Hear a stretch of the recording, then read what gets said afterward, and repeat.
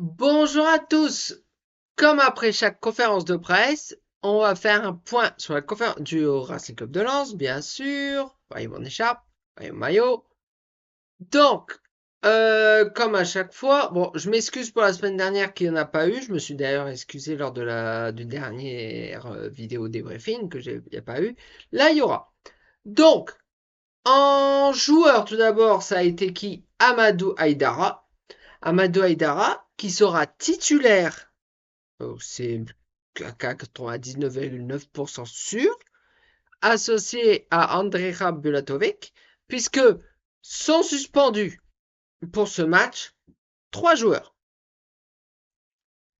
Adrien Thomasson, Mamadou Sangaré et... Ah, je sais plus son nom.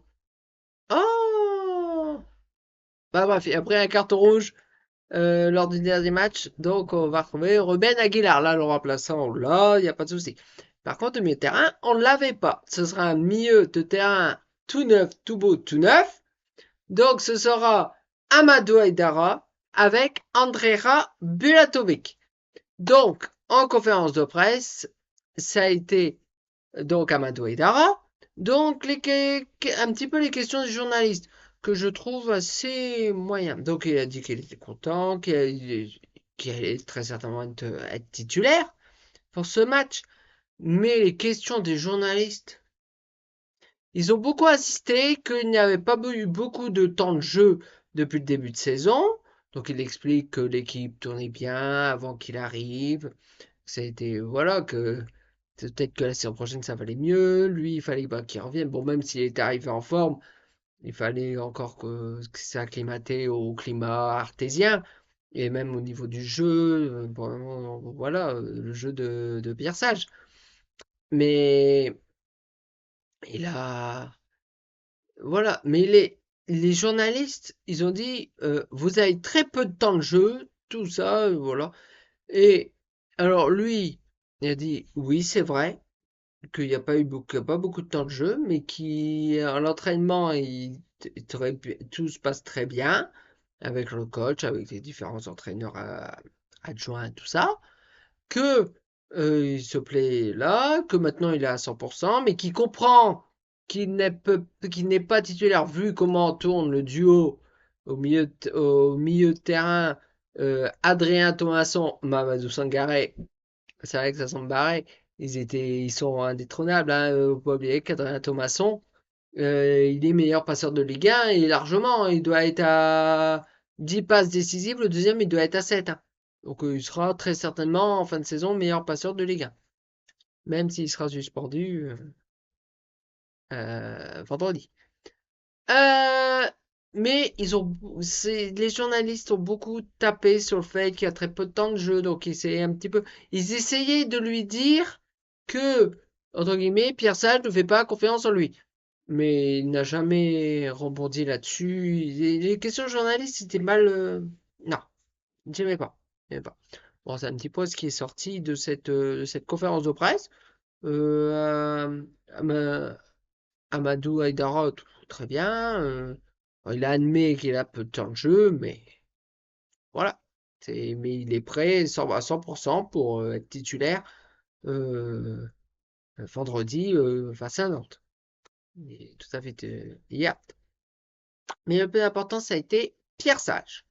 Donc au niveau de Pierre Sage, ce qu'on a appris, c'est que au-delà de l'absence de suspendu de Adrien Thomasson, de Mamadou Sangaré et de il va me revenir après le nom. Il va me revenir après. Mon Dieu, je sais plus. Bon, bref, on a trois suspendus, notamment en rouge direct. C'est notre piston droit. Donc lui, il va être remplacé par Ruben Aguilar. On le sait très bien. Mais euh, voilà. Mais on a appris également sous Pierre Sage que que Florian Thauvin est également, il ne sera pas convoqué car il a touché. Alors blessé, c'est un grand mot, mais il ne sera pas là contre Nantes. Il sera peut-être là la semaine prochaine contre Lyon.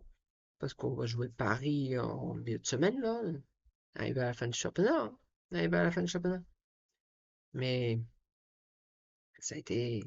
Voilà, donc c'est un petit peu dommageable. Hein. Pas Florian Thauvin devant. Genre, je ne sais pas qui va le remplacer à ce poste-là. Peut-être Florian Sotoka. Ça me paraît un petit peu évident. Bah, pas évident, mais c'est bien. Florian va remplacer un autre. C'est. Voilà. Sinon, au niveau de Pierre Sage, il a dit que, bah, en fait, pour lui, il manque qu'un point pour être directement en Ligue des Champions. Mais lui, il vise plus haut. Il parle de, il est toujours en ligne de mire que c'est encore possible avec le titre. Parce qu'il ne faut pas oublier que là, on joue Nantes. S'il lance, je m'en fous, gagne ses 3 matchs qui restent. Donc, la réception de Nantes, ce qui est jouable. Et Nantes, malheureusement, si on les bat, bah, de toute façon, ils ont même plus leur destin en main parce que tout dépend ce que fait Auxerre. Mais Nantes, voilà. Avec comme entraîneur, donc ils ont posé comme question, est-ce qu'il peut s'inspirer à Vaïda Elodic? Donc il a rendu un grand hommage, vraiment un grand hommage à Vaïda Elodic, parce que pour la longévité, parce que je sais plus quel âge il a, mais il a plus de 70 ans, 72 ans, je crois, quelque chose comme ça. Et voilà, il dit il a connu dans le passé un entraîneur qu'il a eu en formation lorsqu'il était vraiment pour devenir entraîneur, qu'il l'avait eu comme coach. Euh, voilà, donc il y a un énorme respect pour Vaide Logic et il le faut. Bon, moi je suis pas, j'ai rien contre Vaide Logic. Moi, à part le fait qu'on l'a connu, moi je l'ai surtout connu à Lille. Il y a de ça, 20 ans, plus de 20 ans. Donc voilà, c'était, oui, ah bah oui, oui, oui, oui. Je l'ai connu à Lille. Et par la suite, bon, il a été aussi entraîneur du Paris Saint-Germain. Et, par la suite, voilà. Il est bosniaque hein, comme entraîneur, mais il peut être assez dur et il a des idées assez préconçues, mais ça reste toujours un très grand entraîneur. C'est un petit peu ce qu'on peut sortir. Donc, oui, on a appris que Florian Thauvin ne sera pas là également. C'est dommage parce que Florian Thauvin en ce moment c'est vraiment costaud, costaud, costaud. Mais bon, il, bon, il manque un point pour entériner la Ligue des Champions en mode direct. Parce que il y a les Lillois qui sont quatrième, donc qui passent pour l'instant un tour préliminaire, tout ça, tout ça. Marseille qui est parti dans les choux, ils sont 6 ou septième de Ligue 1. La Ligue des Champions, on oublie. Enfin, je pense. Après, ça peut aller vite. Il reste 2 matchs. Nous, il nous en reste 3. Donc, il nous reste Nantes, réception de Nantes, réception de Paris, déplacement à Lyon. C'est nos 3 prochaines étapes. Les autres équipes, ils en ont que 2. Parce que nous, c'est match en retard contre Paris, que Paris avait décalé le match par contre de la Ligue des Champions, tout ça, tout ça, tout ça. Voilà, c'est pour ça qu'on joue que Paris, mais par contre, un mercredi soir, le match contre Paris, rien. Mais bon, on en reparlera quand on va parler du match de Paris. Là, c'est Nantes. Alors, silence bat Nantes, ce que j'espère de tout cœur. Nantes sera en Ligue 2. Je n'ai rien contre Nantes. C'est un club qui m'a fait rêver étant jeune.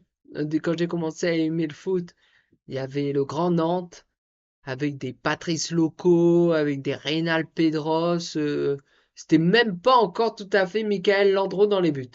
Il était pas encore là, il était tout jeune. J'ai connu le changement. Je sais plus qui c'était avant l'ancien portier nantais. Dominique Casarand? Oh, je sais plus. Je ne sais plus. Je vais pas dire de bêtises, je ne sais plus. Mais quand j'ai commencé à suivre le foot, c'était le Grand Nantes. Très grand Nantes. Très grand Nantes. Même avant bah, Marama Vairua quand ils ont été champions en 2001. Donc, ça ne rajeunit pas tout ça. Enfin bref, si cette vidéo vous a plu, vous pouvez laisser un petit pouce en l'air, la partager et surtout vous abonner. Ça me ferait extrêmement plaisir. Donc nous retrouvons donc. On joue vendredi, bah, ce sera certainement samedi dans la journée. Le débriefing du match entre Lens et Nantes, en espérant qu'on va entériner la qualification en Ligue des Champions et qu'on sera. Parce que Pierre Sage, lui, c'est bon le titre, mais sinon, il veut pas être troisième, il veut être deuxième. Même si pour moi, c'est kiff-kiff parce que tous les deux, ils vont être en qualificatif directement en Champions League. Mais voilà, il manque un point. Et encore, à condition que Lille gagne tous ses matchs. Les deux matchs, qu'ils gagnent les deux matchs. Alors, je sais plus contre qui ils jouent. Je crois qu'ils vont dans un gros stade, mais je sais plus lequel. Je connais pas le calendrier des Lillois. Je les aime pas. Donc, c'est comme ça. Je lance moi, on n'aime pas les Lillois. On n'aime pas les Lillois. Enfin bref, comme je vous ai dit, vous pouvez laisser un petit pouce en l'air, la partager et surtout vous abonner. Ce serait génial. Donc nous retrouvons donc samedi pour le débriefing pour le match entre Lens et Nantes. D'ici là, portez-vous bien. Ciao!